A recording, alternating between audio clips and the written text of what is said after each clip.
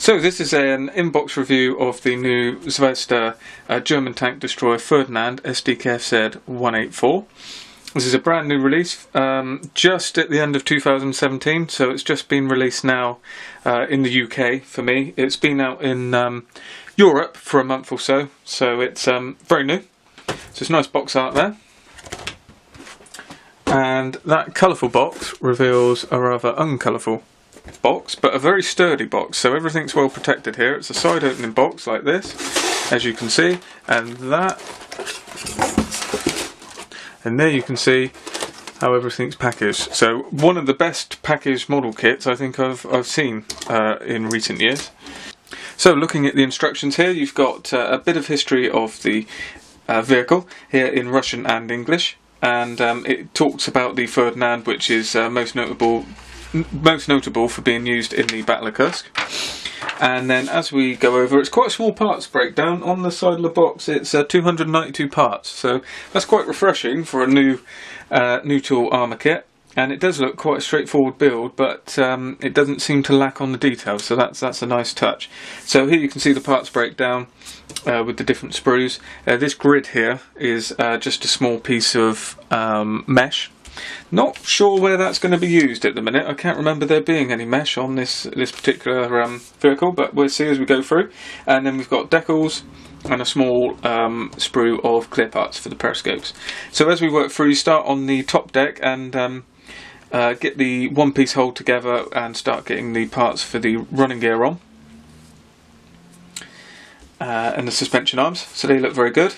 And then we're starting to put parts for the sprockets on as well, and this is unusual for a German vehicle. It's got sprockets both ends. And then it's on to road wheels, as is always the case with tanks.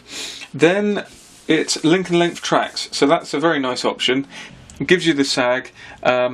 These companies are able to put quite a lot of detail into link and length tracks. They're quite easy to get a good effect from, and it gets us away from vinyl tracks, so I'm always very helpful. I think this is my most preferred way of doing tracks straight out of the box. Probably the best effect is from single link tracks, like the Flurry model tracks for instance. And here's where the mesh is used. So there is a small piece of mesh on the back plate here underneath this piece here.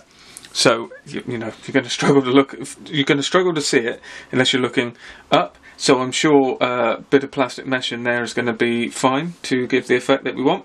You've got a few options here. I think it's best to check your desired marking option and pick that, because there are a few differences that a few optional parts that you can use throughout the build. Then the side fenders go on.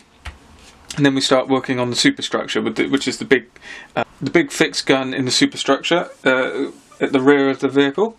So here's the roof. We're putting in a few parts on the back there, as well as the access hatch, and then starting to get together a bit of a gun breech. It's not hugely detailed, but there is a little bit there. And then the side pieces are coming on, so it's not in one piece. The Tamiya Elephant, for instance, is one piece. Possibly a better way to go, but I'm not complaining, because Zvezda's had a few problems in the past, so it's probably a safe way to mould all of these parts like this, and then you can construct it yourself and make sure it's all lined up perfectly. Then we bring the front part together to complete the structure here on the top, and then that comes to the vehicle. We're getting a few small parts on that are left over, and then finishing touches here for the rest of the vehicle. There's a few parts here running down the side that show you how to put the hatch together and the jack block and the jack.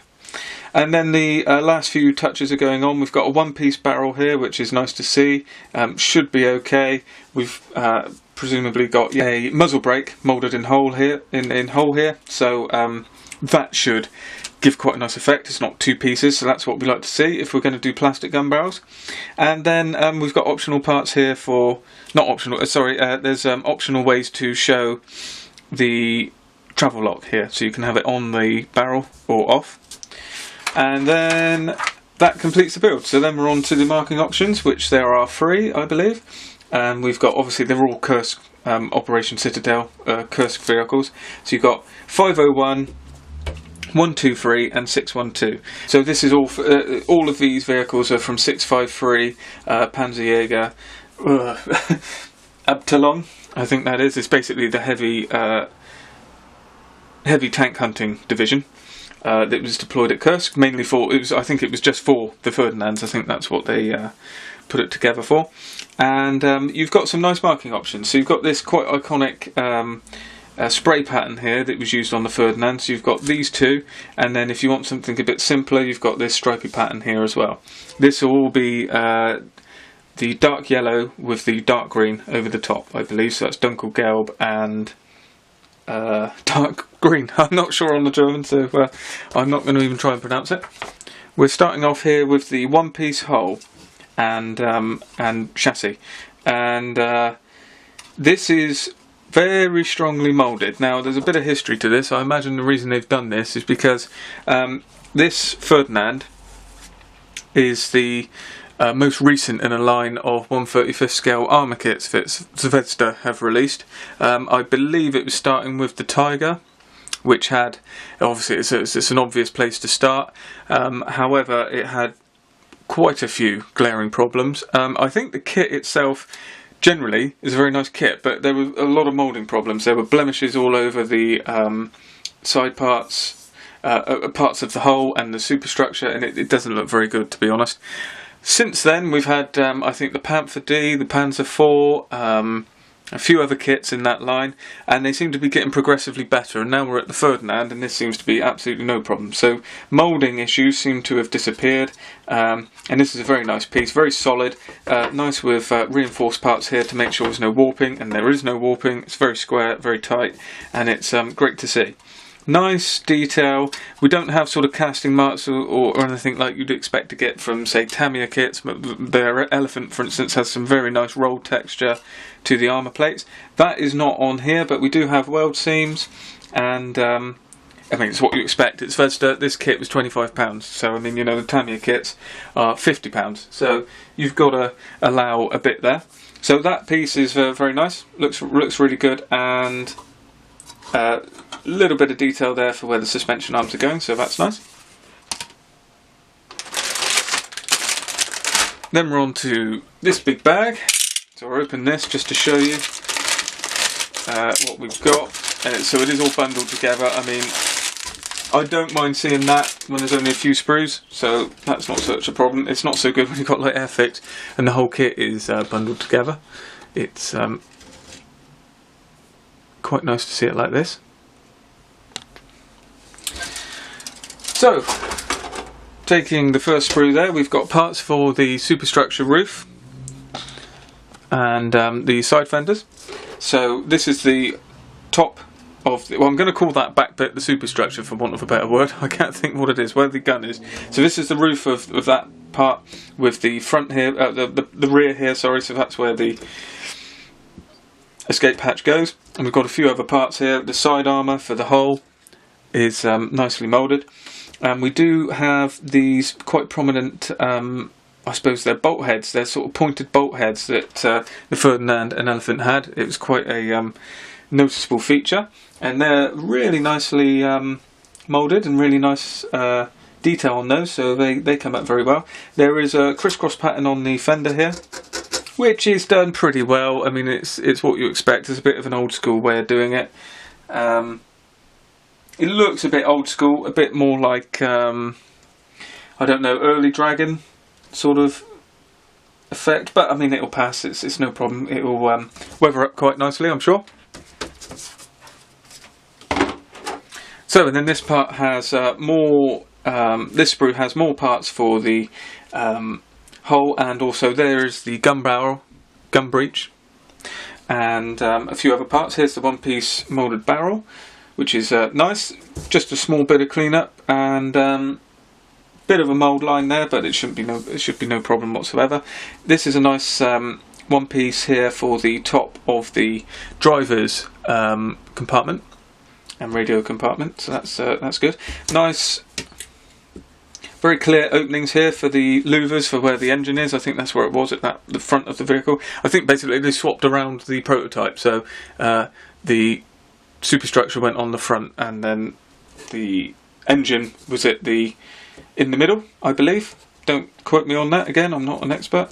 Yeah, so we've got ejector pin marks on the underside, but again, I don't think there's much problem here. Everything looks quite good. There's no sink marks. That's the sort of thing we're looking for.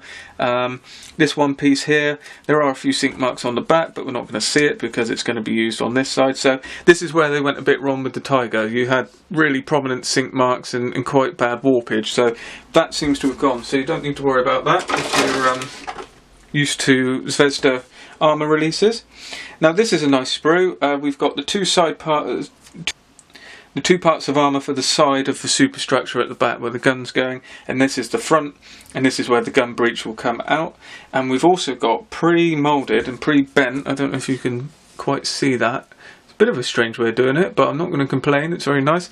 And these are the tow ropes. And all the metal tow cables that run along the side of the vehicle, and they go from the side of the superstructure round to the front fenders and then hook on at the front of the vehicle. So that's a good addition to see that moulded like this. And then we've got a few other parts here which have the prominent rivet detail, the bolt head detail, sorry. And again, it's all really well moulded, and it's good to see. And the driver. The hatches there for the front of the driver's compartment and radio compartment are very good. This is where the periscopes are going to go. Few ejector pin marks on the underside, but nothing that a quick swipe with a file won't fix. Then we've got a couple of duplicate sprues here, which are the sprockets and a couple hatches for the roofs, as well as the U-hooks here for the tow cables. So that's very well done. Nice detail on the sprockets here, and yeah, no problems there. Then we've got 3 duplicate sprues here with the suspension arms and road wheels, and nice detail on the road wheels. Again, it's not, it's not massively crisp as you'd expect from some of the other sort of companies, but again, we're dealing with Zvezda, and this is extremely good for them. That's how I'll describe that. The suspension arms for where the running gear goes they're not hollow, so they are solid, so that's nice. They've got rear detail, which is good, and there is detail on the rear of the wheels as well, which is something that some companies don't give, so that's nice to see.